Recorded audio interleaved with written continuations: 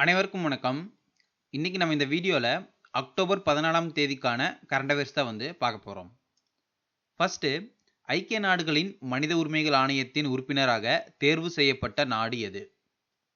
சமீபத்தில் ஒரு நாடு ஐக்கிய நாடுகளின் மனித உரிமைகள் ஆணையத்தின் உறுப்பினராக தேர்ந்தெடுக்கப்பட்டிருக்கு. அந்த நாடு எது அப்படின்னா பாகிஸ்தான். பாகிஸ்தான் தான் தொடர்ந்து 2வது முறையாக இந்த ஆணையத்தோட உறுப்பினராக தேர்வு செய்யப்பட்டிருக்கு. இந்த ஐக்கிய நாடுகள் மனித உரிமைகள் ஆணையத்தை பற்றி தெரிஞ்சுக்கணும் அப்படின்னா இதனுடைய தலைமையிடம் எங்கே இருக்குது அப்படின்னா சுவிட்சர்லாந்தின் இருக்கிற ஜெனீவாவில் இருக்கு. செகண்டு, பிரதமர் மோடி அவர்கள் 75 ரூபாய் நாணயத்தை எந்த அமைப்புடன் இந்தியா கொண்டிருக்கும் நல்லுறவுக்காக வெளியிடுகிறார்? அதாவது இந்தியாவுக்கும் கீழிருக்கிற ஒரு அமைப்புக்கும் இடையே உறவு 75 ஆண்டுகளை கடந்திருக்கிறனால அதனுடைய நினைவாக பிரதமர் மோடி அவர்கள் 75 ரூபாய் நாணயத்தை வெளியிட போறாரு. அந்த அமைப்பு என்ன அப்படின்னா FAO, அதாவது ஃபுட் அண்ட் அக்ரிகல்ச்சர் ஆர்கனைசேஷனோட இந்தியா கொண்டிருக்கும் நல்லுறவு 75 ஆண்டுகள் கடக்க போகுது. அதற்காக தான் பிரதமர் மோடி அவர்கள் 75 ரூபாய் நாணயத்தை வெளியிடுறாரு. இந்த FAO பற்றி தெரிஞ்சுக்கணும் அப்படின்னா இதனுடைய தலைமையிடம் எங்கே இருக்குது அப்படின்னா இத்தாலியில் இருக்கிற ரோமில் இருக்கு. இது எப்போ ஆரம்பிக்கப்பட்டது அப்படின்னா 1945ஆம் ஆண்டு ஆரம்பிக்கப்பட்டது. அடுத்து 3வது, சுரக்ஷா கவச் என்ற தீவிரவாதத்திற்கு எதிரான பயிற்சி நடைபெறும் இடம். அதாவது இந்த தீவிரவாதத்திற்கு எதிரான பயிற்சியை இந்திய ராணுவம் மற்றும் ஒரு மாநிலத்தோட காவல்துறை ரெண்டும் சேர்ந்து தான் பயிற்சி மேற்கொள்கிறாங்க. அது எங்கே நடக்குது அப்படின்னா புனேல் தான் நடக்குது. அதாவது இந்திய ராணுவம் மற்றும் மகாராஷ்டிரா காவல்துறை இது ரெண்டும் சேர்ந்து தான் இந்த சுரக்ஷா கவச் அப்படிங்கிற தீவிரவாதத்திற்கு எதிரான பயிற்சி நடத்துகிறாங்க. 4வது, கிசான் ரயிலில் கொண்டு செல்லும் பழங்கள் மற்றும் காய்கறிகளுக்கு %% மானியத்தை மத்திய அரசு வழங்குகிறது. அதாவது சமீபத்தில் மத்திய அரசு கிசான் ரயிலை அறிமுகப்படுத்தினாங்க. விவசாயிகள் விளைவிக்கும் பொருட்களை சீக்கிரம் கொண்டு போய் சேர்க்கறதுக்கு தான் இந்த கிசான் ரயில். இந்த ரயிலில் கொண்டு செல்லும் பழங்கள் மற்றும் காய்கறிகளுக்கு மத்திய அரசு அந்த டிரான்ஸ்போர்ட்டேஷன் சார்ஜஸில் 50% மானியத்தை வழங்குறாங்க. ஆன்சர் சொல்லிட்டேன். 50% தான் சரியான விடை. இந்த கிசான் ரயில் பற்றி தெரிஞ்சுக்கணும் அப்படின்னா முதல் கிசான் ரயில் எந்த 2 இடங்களுக்கு இடையே அனுப்பப்பட்டது அப்படின்னா மகாராஷ்டிராவிலிருந்து பீகாருக்கு அனுப்பப்பட்டது.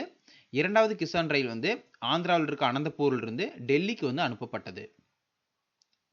அடுத்து 5வது, நடமாடும் நீர் பரிசோதனை ஆய்வகத்தை ஏற்படுத்தியுள்ள மாநிலம் எது? இதற்கான விடை ஹரியானா. ஹரியானா தான் நடமாடும் நீர் பரிசோதனை ஆய்வகத்தை ஏற்படுத்தியிருக்கு. அடுத்து 6வது, IMF ஆனது இந்தியாவின் பொருளாதார வளர்ச்சி %% குறையும் என கணித்துள்ளது. அதாவது 2020 இந்தியாவோட பொருளாதார வளர்ச்சி எத்தனை சதவீதம் குறையும் அப்படின்னு சொல்லிட்டு IMF கணிச்சிருக்கு அப்படின்னா 10.3%. அடுத்து 7வது, வெளிநாட்டு பங்களிப்பு ஒழுங்குமுறை சட்டம், அதாவது ஃபாரின் கான்ட்ரிபியூஷன் ரெகுலேஷன் ஆக்ட் இயற்றப்பட்ட ஆண்டு. இந்த சட்டம் எந்த ஆண்டு இயற்றப்பட்டது அப்படின்னா 2010. இந்த 2010 தான் இந்த சட்டம் இயற்றப்பட்டது. சமீபத்தில் மத்திய அரசு என்ன சொல்லியிருக்காங்க அப்படின்னா இந்தியாவில் பதிவு செஞ்சிருக்கிற NGOs, அந்த NGOs வெளிநாட்டிலிருந்து பணம் பெறுறாங்க அப்படின்னா இனிமேல் டெல்லியில் பதிவு செய்யப்பட்ட ஒரு ஸ்டேட் பேங்க்கில் மட்டும்தான் அவங்களோட அக்கௌண்ட் இருக்கணும். அந்த அக்கௌண்ட்டில் தான் எல்லா அமௌண்ட்டையும் அவங்க நன்கொடையாக பெறணும் அப்படின்னு சொல்லிட்டு சொல்லியிருக்காங்க. இந்த நடைமுறை எப்போ இருந்து இம்ப்ளிமெண்ட் ஆக போகுது அப்படின்னா ஏப்ரல் 1, 2021 இருந்து NGOs எல்லாமே ஒரே ஒரு ஸ்டேட் பேங்க் அக்கௌண்ட் மூலிமா தான் நன்கொடையை பெறணும் அப்படின்னு சொல்லிட்டு இந்த சட்டத்தின் மூலிமா மத்திய அரசு சொல்றாங்க. அடுத்து 8வது, பிரதம மந்திரி வந்தன் யோஜனா தொடங்கப்பட்ட ஆண்டு. இதற்கான விடை ஆப்ஷன் பி. 2018 தான் பிரதம மந்திரி வந்தன் யோஜனா தொடங்கியிருக்காங்க. இந்த திட்டத்தோட முக்கியமான நோக்கம் என்ன அப்படின்னா பழங்குடியினர்களுக்கு வேலைவாய்ப்பு ஏற்படுத்தி தர்றது.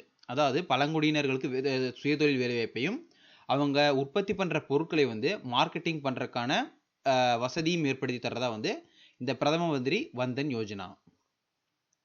அடுத்து 9வது, chess.com சாம்பியன்ஷிப் 2020 விருதை வென்றவர் யார்? அதாவது சமீபத்தில் ஆன்லைன் மூலிமா செஸ் விளையாட்டு சாம்பியன்ஷிப் நடைபெற்றிருக்கு.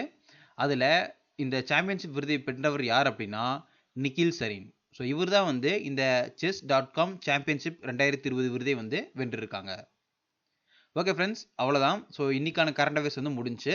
ஸோ இந்த மாதிரி கரண்ட் அஃபேர்ஸ் வந்து உங்களுக்கு பிடிச்சிருக்கும் அப்படின்னு சொல்லி நம்புகிறேன். மறக்காமல் பிடிச்சிருந்துச்சு அப்படின்னா லைக் பண்ணுங்கள், ஷேர் பண்ணுங்கள். ஓகேங்களா? தேங்க்யூ.